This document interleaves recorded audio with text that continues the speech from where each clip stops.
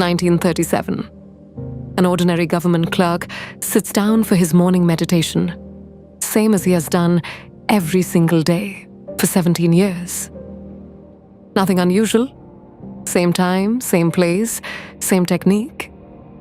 What he does not know is that in the next few minutes, his entire existence will be obliterated.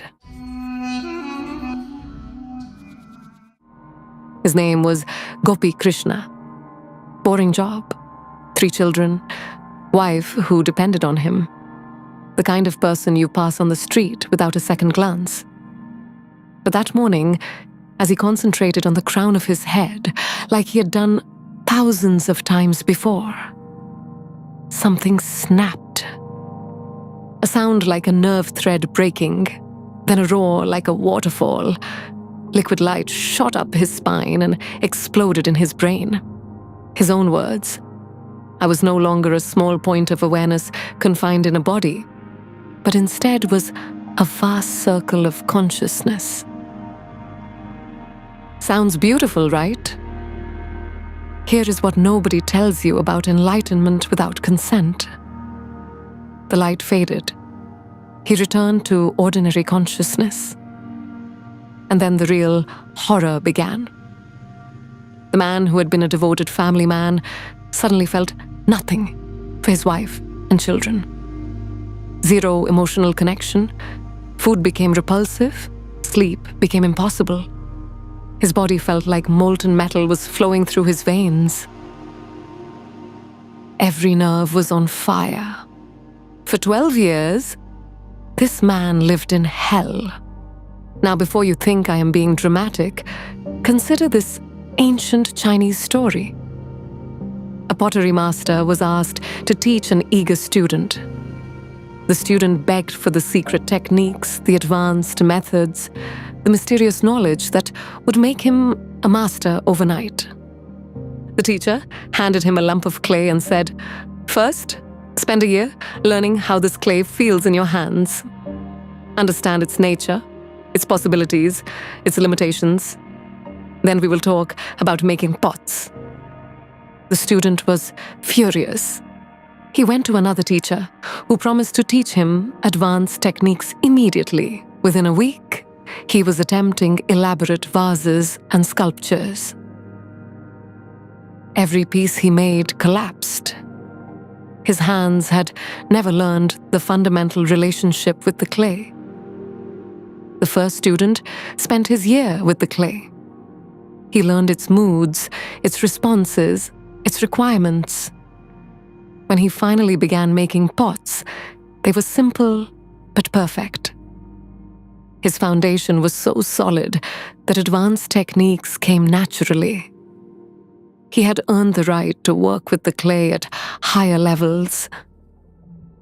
Your consciousness is infinitely more delicate than clay.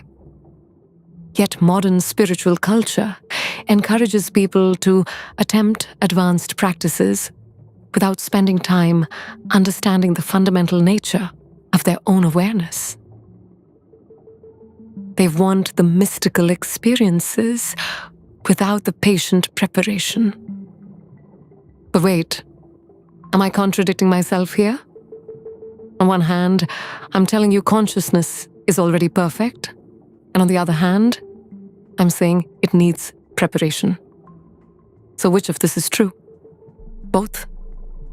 And neither at the same time, and this is where most people get confused. Your essence is already enlightened. That part needs no improvement. But your nervous system, your mind, your emotional body, these are the vessels that must be prepared to hold divine energy safely. Think of it this way. The ocean is perfect, but if you want to bring ocean water into your house, you better make sure your plumbing can handle the pressure. Here is where the spiritual marketplace becomes dangerous.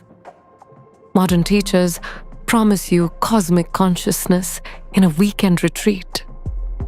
They claim they can activate your Kundalini with a touch. They have turned sacred technology into consumer products. Ancient practices that were considered dangerous, even for advanced practitioners, are now sold as self-help techniques. The traditional Eastern systems had elaborate safeguards. In Tibetan Buddhism, students spent years in preliminary practices before being given anything remotely dangerous. 9 levels of preparation, physical purification, mental training, philosophical understanding.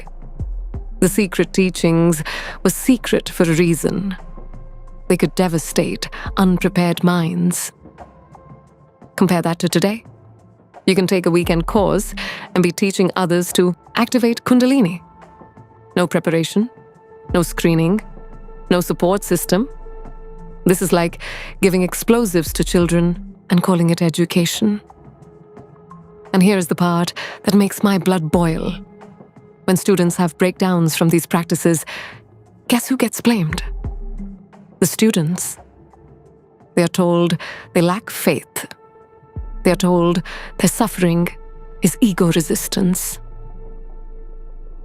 This is spiritual gaslighting at its worst. The body has wisdom, the psyche has intelligence, the soul has timing. These natural protective systems exist for a reason. They regulate the flow of consciousness to prevent damage to the human system. Overriding them is not spiritual courage. It is spiritual violence. Now, some of you might be thinking, but what about all the people who have positive experiences? Sure, some people benefit from intensive spiritual practices, but we do not evaluate medical treatments based only on the people who survive them. We look at the full spectrum of outcomes, including the casualties.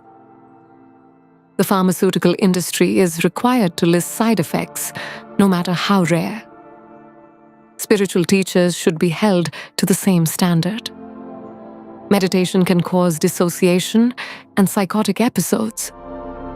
Energy work can destabilize the nervous system. Intensive retreats can trigger spiritual emergency. These are not rare occurrences. They are predictable consequences. But here is the irony. The most dangerous teachers are often the ones who seem most powerful, most certain, most willing to push students beyond their comfort zones. They mistake intensity for authenticity. They confuse overwhelming students with transforming them. So how do you approach spiritual development safely? Like learning to drive? You start with the basics. Learn to manage your daily emotional reactions before attempting to commune with cosmic forces. Develop concentration through simple practices before trying advanced meditation techniques. Find teachers who ask about your readiness, not your desire. Who assess your stability, not your enthusiasm. Who have proper training in both spiritual practices and crisis management. Who are more concerned with your safety than their reputation. Most importantly, maintain your discrimination. Spiritual development should enhance your critical thinking, not diminish it. If a teacher discourages questions or claims that doubt is a spiritual obstacle, that is a red flag. Real spiritual authority welcomes honest inquiry. Your goal shouldn't be to have dramatic experiences that make you feel special. The goal is to become someone who can hold whatever consciousness offers with stability, wisdom, and grace. That requires preparation. That requires patience. Consider this. The ocean does not force itself upon the shore. It approaches gradually, respecting the capacity of the land to receive it. When the tide comes in too fast, it destroys rather than nourishes. Your spiritual development should follow the same principle. Gopi Krishna eventually stabilized. After 12 years of integration, he became a consciousness researcher and a warning voice for future generations. His gift to humanity was his absolute honesty about both the ecstasy and the agony of unprepared awakening. True spiritual maturity is knowing when to say yes to expansion and when to say no to experiences that would overwhelm your current capacity. Your consciousness is already perfect. Your essence is already enlightened. The work is not to acquire something new, but to remove the obstacles to recognizing what you already are. And that work proceeds best with your full understanding, your conscious consent, and your active participation in each step of the process. Anything else is not enlightenment. It is assault disguised as awakening.